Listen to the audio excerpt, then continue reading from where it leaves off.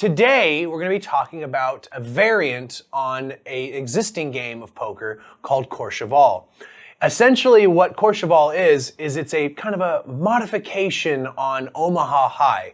So let me just jump right into it and start talking about what sets this game apart from that Omaha Hi I was talking about.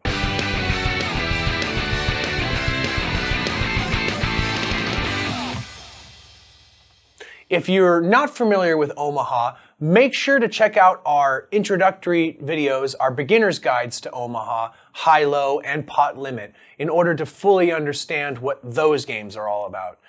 Understanding those games will certainly give you an advantage to understanding how this game plays and how it differs directly to that game. Let's begin by talking about the biggest differences between Omaha Hi and this game Courchevel we're talking about today. Normally, Omaha is played with a high-low variant, but there is a version of Omaha which is strictly just playing high hands. There's no low hand component, no split pot. But this game uses that Omaha Hi kind of approach. So normally in a game of Omaha, players are given 4 cards for their downed hole cards that only they are allowed to see. But in a game of Courchevel, you actually are given a 5th card. All right, so you actually hold 5 cards in your hole. Now, what also sets Courchevel aside from Omaha is, unlike there being a blind pre-flop phase, you actually get 1 card that starts off the community pool, and this is called the flopette. So, for example, we burn the top card and we get the King of Hearts. Now, if I look at my 5 cards in my hand, I see here that I already have a king out of all the 5 cards I was given. So before so essentially pre-flop, I already have a pair of kings. Now, what's important to remember is, just like Omaha, I'm only allowed to take 2 cards from my hole, and I need to take exactly 3 cards from the community pool. So just like Omaha, there'll be a total of 5 cards in the community pool. The other big difference that I have not yet mentioned is that normally a flop consists of 3 cards, but because we've already gotten this 1 card out, the flopette, the flop, when it does come after the first round of betting, is only going to be 2 cards instead of 3. So you're still going to have that 3-card flop that you're used to, but you get to see one of them pre-flop. That's what kind of makes this game a very family-friendly game, because it really is good for beginners or people who just want to kind of play big hands. So, I mean, obviously, if I wasn't restricted to only being able to take 2 cards from this pool, I would certainly have probably taken the 10s and the king and had 2 pair. Now, let's take a look at how this might play out if I get those last 4 cards. So, again, I burn the top card, and then I flip out 2 more cards. It's a 2 of clubs and a queen of diamonds. Burn a top card. We get a jack, burn a top card, and then we have that final river card. So if I was to trying to make the best hand possible, what I would have here would be a king and a 10, it looks like, would be the 2 cards, the best 2 cards I can take. And of course, then I would take the pair of 2s, the king, and that would be my 3 cards. So I have a total of 2 pair, kings and 2s. So let's go ahead and take a look at a singular round of Courchevel and try to figure out exactly how it differs from a more visual standpoint, okay? So just like any poker game, you use one standard 52 card deck. So you have 13 ranked cards, and each ranked card has 4 suits: hearts, diamonds, clubs, and spades. Okay, so that makes a total of 52 cards. With each player getting 5 cards before the game starts, and each player then also having 5 cards in the community pool, that would mean you can't even really play this card. You can't even play this game with 9 players. You would need to have 8 players, because if you play with 9 players, that's 45 cards plus another 5. That's 50 cards, but then you wouldn't have the number of cards you need for the burns. So really, this is a crazy game. So anyway, so what you have, like just in any Omaha or Texas Hold'em game, you have a dealer, and then you have a small blind and big blind player. So You have the dealer, who is the one handing out the chips, or sorry, handing out the cards.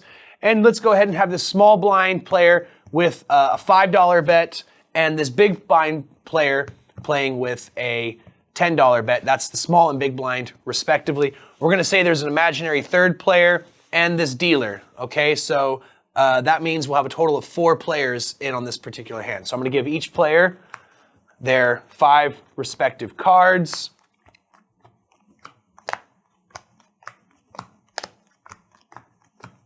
All right, so for just a little bit of strategy and understanding of how the game's played, I'm going to go ahead and reveal that, oh, wow, look at this. I mean, this is a pretty solid hand in any game of poker. But remember, just because you have good cards in your hole does not necessarily mean you're going to have a very good hand overall. And we also almost forgot something very important here. I burn the top card, and I get that flopette. So, oh wow, look at that. Now this is kind of hard to contain my excitement because with the fact is I need to take 2 cards from my whole pool and take 3 cards from the community pot. Now, I already see that there's a jack here, and I have 2 jacks in my hand. Now remember what I said, there are exactly 4 jacks in the entire deck. If I'm holding 2, and a third one is in the community pool, that means the best that any other player could have is the last jack, which would be the jack of diamonds. So if player 1, 2, or 3 has that jack of diamonds, they might be feeling pretty confident right now. They might think to themselves, yeah, I got a pair of jacks. That's pretty good.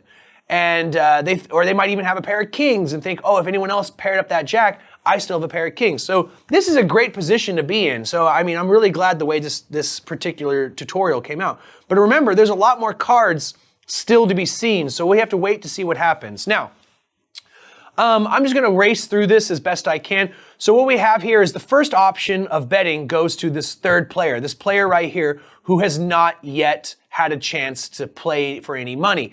Now, I'm going to just assume that they like their hand enough. I'm not even going to look at their cards. They're going to go ahead and match the $10 big blind. Now, option then goes to the dealer, who is directly to the left of that player 3. Now, again, I've just realized I have 3 jacks already, and that's a pretty good hand. So I'm going to go ahead and double that bet, all right? So I'm going to go ahead and go 20. Now, what's important to know about Courchevel is just like poker for Omaha or poker for Texas Hold'em or 7-card stud, 5-card draw, whatever game of poker you happen to be playing, you have to be really well informed about the table limits. Now, traditionally, there are only 3 variations on any game. There is no limit, which is exactly what it sounds like. There is no limit to how much a player can bet. Then there are table limits where they actually say no player can bet more than X amount of dollars. And then finally there is pot limit, which means that a player can never make a bet larger than the current pot. So, for example, if we were playing pot limit, this player right here would be their maximum bet they could make would be 15 because there was already 10 and 5 in the bet in the pool. But we're just going to play standard no limit Courchevel. So we'll see how that pans out for us. Okay, so with Courchevel, it's very important that you know the limits on what size pot you're playing. So we're going to go ahead and put 20 down here. This player is going to go ahead and match, that $20 bet. So that's another 3 $5 chips. Again, they're going to match the bet, and we're going to have him match the bet. So we're going to play 4-handed. So it looks like all these players are rather happy with their hands. Again, I didn't look at what they have, so I can't tell you if they beat me or not. We're going to kind of play this as real of a demonstration as we can. So all the money goes into the middle of the pot. Okay, the money's good. We burn another card. We flip over 2 more cards, completing the flop. Okay, interesting. 7 and 10. Okay, no help right there right now. But remember, you have to take 3 cards from the community pool and 2 cards from your hand. So you can constantly be thinking about what kind of hand do I have right now. So if the hand ends right now, which it won't because there's more cards to be dealt, but I know for a fact that I have a 3 of a kind, 3 jacks, a 10 and a 7. So I need to think, can anybody beat that? Well, the answer to that question is no, not a possibility at all. Because even if a player is holding 2 10s right now in their hands, they can't beat my hand because they would have 3 10s and I have 3 jacks. It's important to note, though, that if a player happens to be holding 8 and 9 in their hand, this is something I need to be very much aware of. They could have a straight, which of course a straight beats 3 of a kind. So these are all things to be aware of. And actually, that's a very good point to affect my gambling, my betting strategy in this particular hand. So I am currently the dealer, so that means I am the button. So the first player to the left of the button was the original small blind player. So they're going to go ahead and check.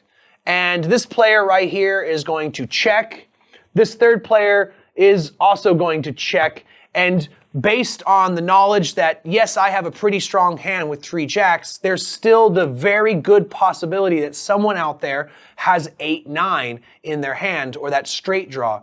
So I'm going to go ahead and check as well. Now, we burn. That means we completed the flop betting round. We've completed the pre-flop betting round before that.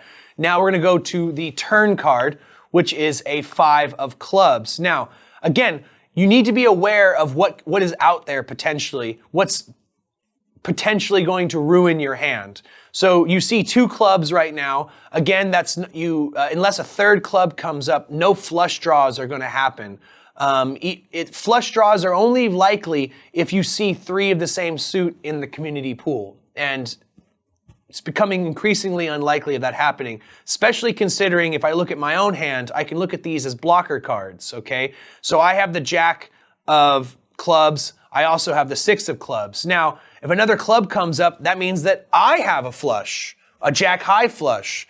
These are all things to think about, okay? So right now, it's very much in the air. So this player right here is going to make an arbitrary $10 bet, trying to call it a feeler bet. This player right here is going to decide that, without even looking at their hand, that that's too much. They want to get out of this hand. They're going to fold.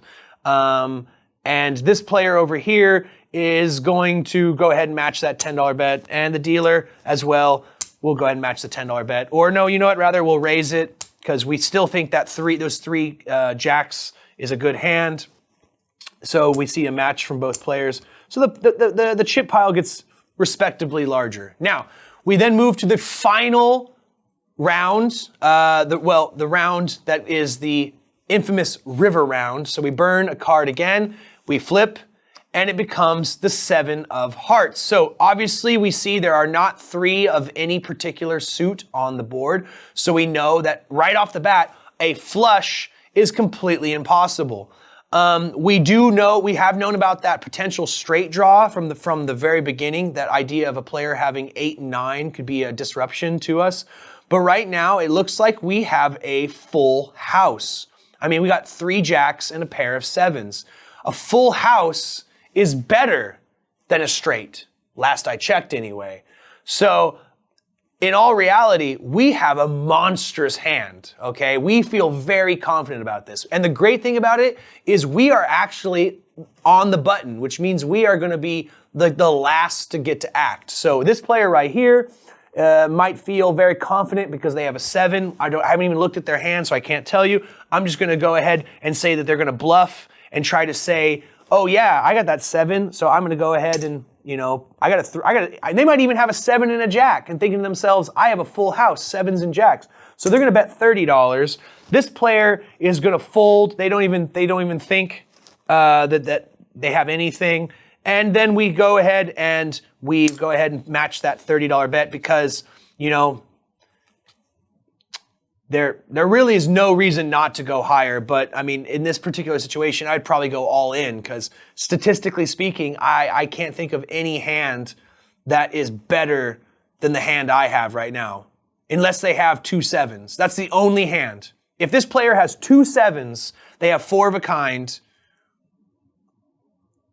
which would beat a full house. So that's the only hand that I'm really worried about. So that's the only reason I wouldn't go all in this particular situation. So let's just say the money's good. We're going to roll up our cards. We're going to check for that pair of 7s.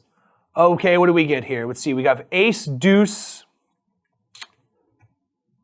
Really nothing. I mean, we got a pair of 2s, and we got a pair of 7s and a jack kicker, so 2 pairs, 7s and 2s.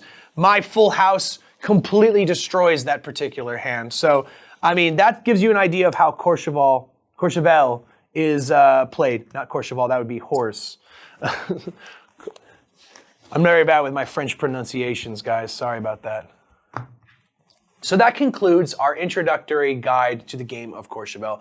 I really hope you enjoyed this brief tutorial and you found the explanation I gave clear enough that you understand the game now. If you are interested in this, I highly recommend you give it a try at your next poker night. There's always that break in the night where you've played about 5 or 6 hands of Texas Hold'em, or you've tried Omaha. So maybe this will be a fresh, different game for you all to try. If you check out the rest of our channel, we happen to have a number of other videos for different variations on the game of poker. Games like Chinese poker or Russian poker, even some Italian card games now. So you might want to check out any of those as well. If you have any questions about this game or comments, go ahead and leave them down below as a comment. And guys, if you enjoyed this introduction, this kind of break into a different variation of poker, go ahead and clickety-clack that like button and then punch that subscribe button if you haven't already, and make sure to ringy-ding-ding that notification bell. And if you really care about us and you really want to help see the channel grow, go ahead and make sweet love to that share button and throw it all over your social media networks. We really could use the help getting the message out there to the gaming community. My name is Dominic. This is the All-American Casino Guide reminding you, play responsibly.